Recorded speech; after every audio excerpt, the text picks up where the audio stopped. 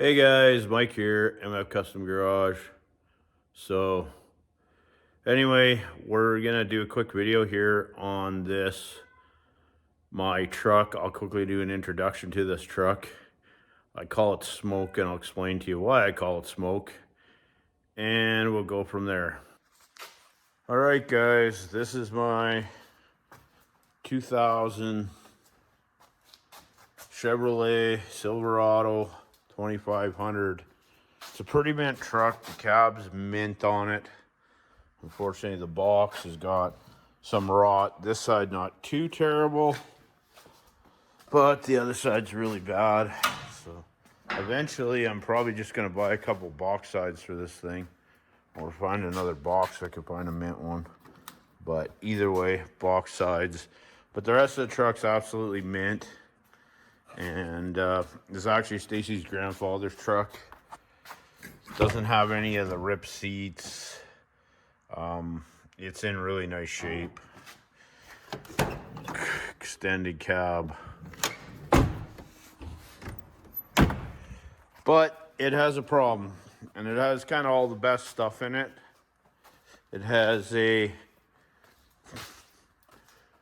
4LADE 14 bolt rear with a 410 and a posi and an LQ4 6-liter, but it was going through oil every 500 kilometers almost. It would chew through at least a half a liter, maybe even a liter. So I went in here, as you can see, did a leak down. Leak down was really good. This motor was gone through supposedly years back, and it does have really good oil pressure, but the valve seals are just chewed out of it. So we're going to take the stock springs off. And over here, these are LS9 springs that I had on the truck before. Unfortunately, we can't use this kind of valve seal because this has iron heads on it. But this is what the valve seal looked like that I took off. And as you can see, it's just done. So we went and got some new Felpro seals, intake ones and exhaust ones. Like I said, I've got these LS9 springs, so we're gonna put all of them on, and we'll kind of walk you through the process. I know it's been done on the internet 100 times of how to do this, but this thing is just your common everyday truck. It doesn't have any mods. It hasn't been modified or anything like that. Like I said, these were factory GM LS9 springs that I bought out of factory GM bags, and you can see the line on them. So yeah, we'll put those on here. One, I've already put the spring on just to fit it to see how it all worked out. It works good. So we'll go down it all, and we will put the springs on and the valve seals, and we'll show you that as we go, guys. So anyway, introduction to Smoke and your favorite kind of stuff. LS content in the real world even. Like I said, it doesn't smoke under power. It only smokes under D-cell. And yeah, but it's definitely using some oil. So hey guys, Mike here, MF Custom Garage. So I'm just going to show you guys a couple things here. So we were doing valve springs and valve seals on my my LQ6 truck, and what I found was the valve spring compressor tool I had was one that I used before to change one spring on a LT truck, and yeah, and I'd always done it off the truck, so it worked off the truck or on the bench, so it worked really fine. I didn't have any issues with it. But what I did notice was there's the other valve spring compressor, which I'd used once before, But I'm just going to show you guys, and I'm going to real quickly show you guys some plugs too that come out of this truck, just to give you an idea why we're doing this and what we're doing and how bad valve seals can get when things really go wrong. I mean, years ago, this used to happen all the time on small block Chevys, but it sucks on this thing because it's going to take a while to clean up, but we'll go through that process too in another video. So anyway, guys, here, I'll show you the tools, talk about them a little bit, and then go from there. All right, guys, Mike here. So, like I was saying, these are the two tools. This is the one that I used originally and in the video. It's a little cumbersome, but if you had to change one spring, it would be ideal. Or if things are off the truck, it's not bad. It works well. The bolt works fine. It's just awkward in the truck because the handle has to come out like wherever you decide to put it for it, so it just makes it a little more difficult, but it does work well. It's just, you know, not ideal in the truck. But if I had to change one spring quick, this would be my tool of choice, and that's why I bought it, because I had to change one spring on an LS. I think it's about a $20 tool, Amazon, 20, 30 maybe, so pretty cheap. Next one here is what everybody probably has, which compresses two springs at the same time. Seems to work fairly well. This is just a cheap Amazon version too. So we'll do a video on how this one works on the truck. And then I wanted to show you guys, like I said, we got some good Velcro valve seals here. I do have a proper valve stem tool, installation tool. And then here's the plugs, guys, and like these are horrible. Like, that's probably the best one. That one was still firing. This one developed a miss. We weren't even firing anymore. Like, that's just horrible. Look at all the buildup on here. I mean, this one, big carbon deposits, burning oil like crazy. That one's still kind of firing. Thank God for coil on plug, guys. And this one here, yeah, might be the best one of the bunch. So. Anyway, some new valve seals that we got here, and these are actual Velcro valve seals. And then we got some LS9, real LS9 GM springs that I had actually on the turbo truck, but I'm going to put them on here just as a mild upgrade, because eventually one day we might put a cam in it. So anyway, that's that, and we'll go on from here. Okay, guys, so we are now just showing you the setup here on the tool and how it works. And as you can see, it uses a ratchet to lever it. You can put the ratchet on either side, and that's kind of what I'm showing here. So we're trying to release the retainers right now, and so we're pushing the spring down, pulling the retainers out. I got a magnet.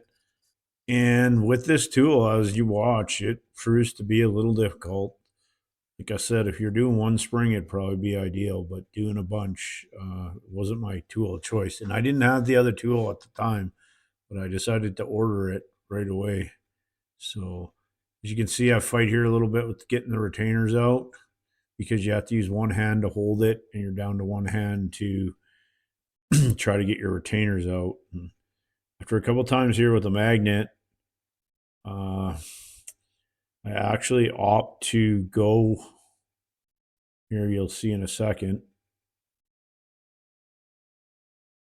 to get a pick, and with that pick, it gives me a little better access to get the retainers out. So yeah, as you'll see here, I just went to grab a pick, and with the pick, we have better luck getting them out.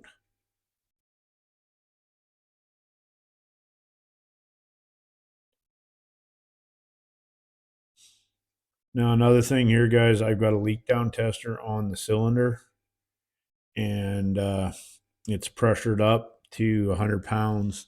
Most of these cylinders had about 10 pounds leak down, so they weren't terrible by no means, but it had burnt a lot of oil and stuff. So as you can see here, I'm back with a pick, And I'm using the pick and putting pressure on there, and keep working at it. And I got the retainers out. I think I got one out there, and then kind of had to fight with it a little bit. Like I said, I wouldn't want to do this with this tool 16 times. It would prove to be a little painful. There, I flipped it up. I've got the retainer off, the spring off, and now we can get down to the valve seal and deal with the valve seal.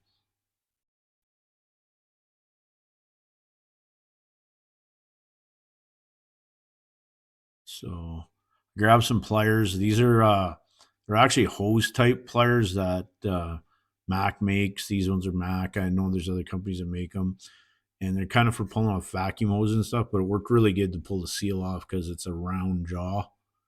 You know, we just kind of worked that seal back and forth and then pulled it out. And as you can see here, I'll show you. Know, hold it up to the camera.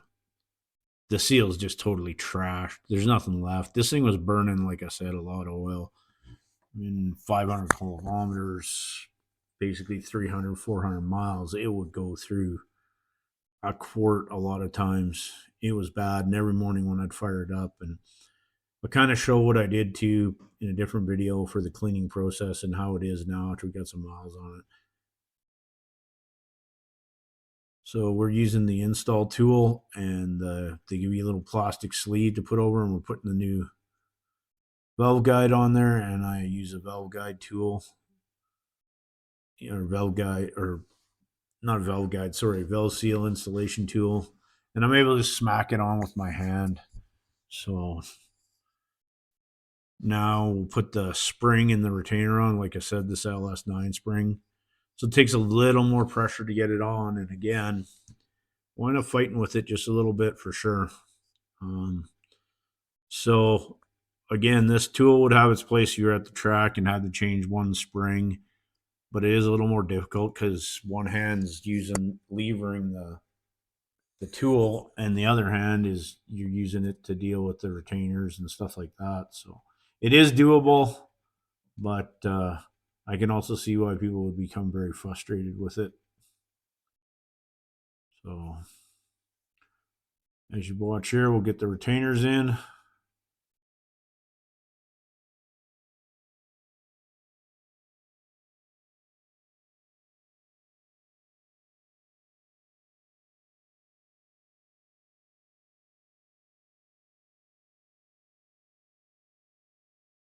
Just fighting with everything just a little bit. There we go, and they're in.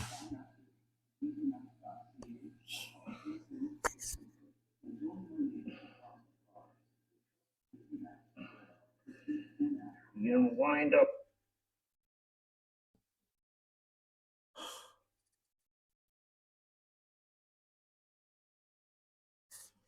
So yeah, there we got them lined up, and they finally went in. Like I said, it was a little bit of a fight for sure. So flipped it back up. So you'd have to do that 16 more times if you did it with this tool. And then we crank the air off. Once we get the air off, we'll grab a hammer here and we'll just tap the retainers, just to, or the retainer in this case, not to, just to make sure it's seated. And there you go. Like I said, you'd have to repeat the process 16 times. So now this is the black tool, which, like I said, I ordered after the first ones because I used the black tool before, and ultimately this works a lot better. So we're up the cylinder, same as normal here. We get the tool in place.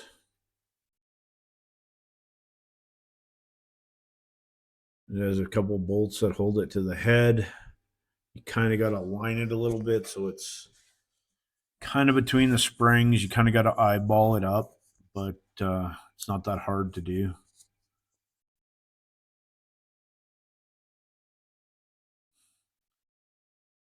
You know, once you get it in,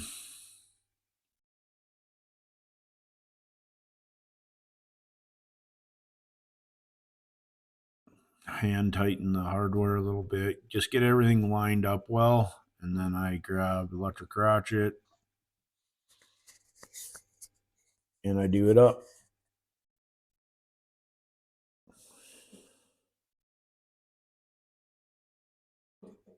As normal, the ratchet's in the wrong direction. So get it lined up, make sure it's good, tighten up the bolts.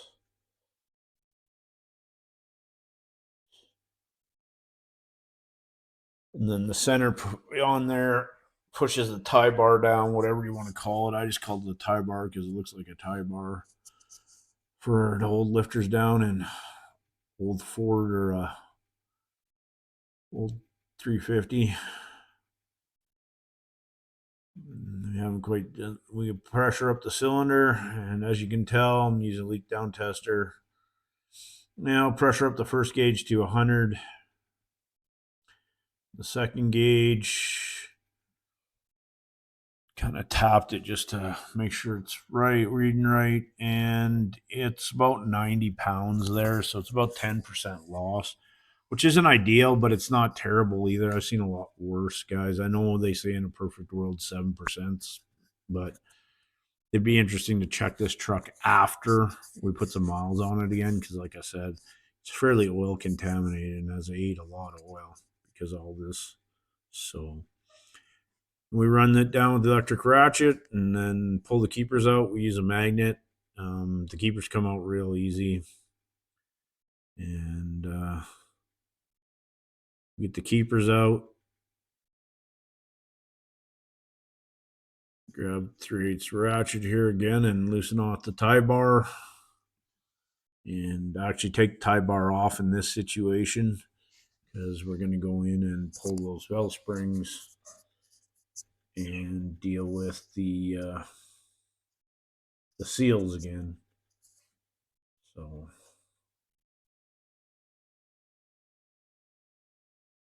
buzz that tie bar up, get it out of the way.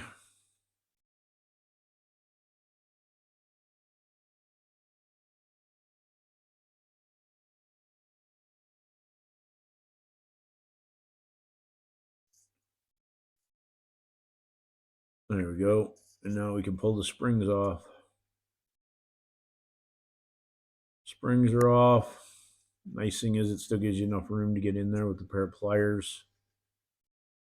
I tried a set of 45 bend needle nose pliers and thought maybe I could get under the valve seal, but it didn't seem to work all that great. So I just thought I'd try it. Maybe it would work better, but it didn't. So I went back to the red pliers with the like the hose style pliers and was able to grab it. And I just kind of found if you worked it side to side, it come right off. And there you go. And you can see that seal too. It's blown out. I didn't find one that wasn't blown out. So I'm not sure what happened. At one time, somebody had done a bunch of work on this motor, like kind of rebuilt it, went through it. But I'm not sure that they touched the cylinder heads. I got a feeling it still had the original valve seals in it. So we get them off, and everything seems to work out good. So here I'll show putting the seals on. There is a different seal with these seals for intake and exhaust, and there's the aluminum installer tool, and then I slide that little piece over. It's a sleeve, and then I just bang it in by hand. Maybe not the best way to do it, but I've been smashing things with my hands for years, guys. So it is what it is. So, like I said, with these Felpro seals, there's a different one for intake and exhaust. They're different materials. One's probably more heat resistant. That's a little nylon piece goes over to protect the seal as you put it down. Slide the seal over, use a tool, bang it into place. Get everything pulled away. And you're ready to put your springs and your retainers in. Like I said, these are now LS9 springs. And put the tie bar back on and compress the springs. And I'll tell you guys a little trick, and it does work. I didn't do it, but I've seen other guys on the internet do it with this tool. when they go to put the keepers in, they use a little bit of grease or a little bit of Vaseline on the valve stems, and that does help to hold the keepers in place, as opposed to like how I do it and kind of didn't do that on this one. I did do it on some of the later ones, but and it does work better. I just ran it down kind of.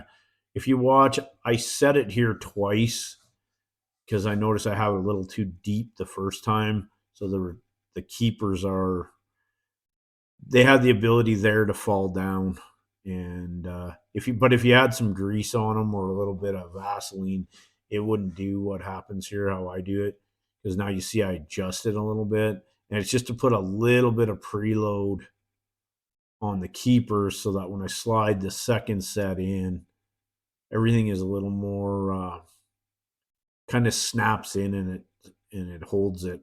But like I said, Vaseline or a little bit of grease works good too, because I tried that on the other ones. So whatever your preference is, this was more or less to show the differences between the valve spring tools that we were using, and ultimately, that doing it on the truck in the real world, and how sometimes you would do it as opposed to on the bench or whatever, and the trials and tribulations that go along with it. So,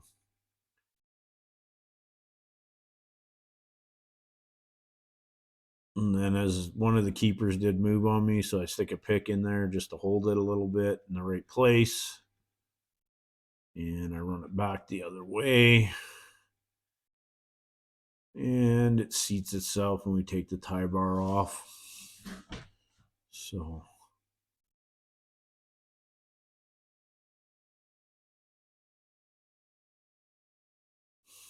there we go. Get the tie bar up. I didn't take it off all the way. I just removed the whole tool so it was ready for the next one.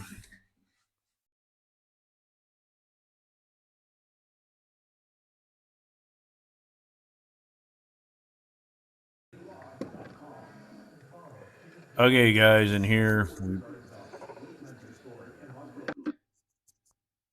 we pull that off and we release the air, and then we come in here with a hammer and just seat the retainers, make sure everything's good, and that's that. So hopefully, I hope you guys learned something from all this. Anyway, thanks.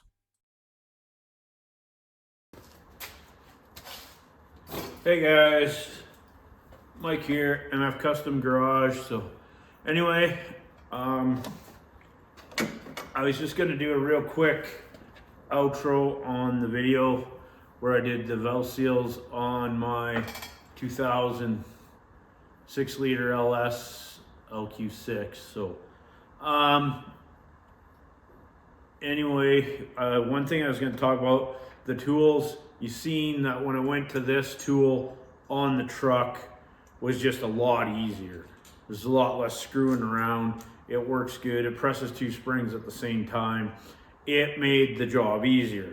This tool, not so much, but this was a comparison of the 2 tools, which I haven't seen on the internet. So hopefully this gives some, but if I had to change one spring, like what I used this for, a few years back on like a 16, I think it was, direct injection LT, this worked good for one spring. It had a broken spring. It hadn't damaged the valve. I threw one in it and it worked fine. So I think they had their place. Like if you needed this at the track quick, it would work good. So anyway, that's all I got to say for today. So guys, like, share, subscribe, do all the things, ring the bell, all that crap. And we're working on the Chinesium heads, better known as Speedmaster, off the Galaxy and off the 504 cubic inch big Ford. And that'll be on the next video. So anyway, guys, thanks for watching. I appreciate all of you. Mike out.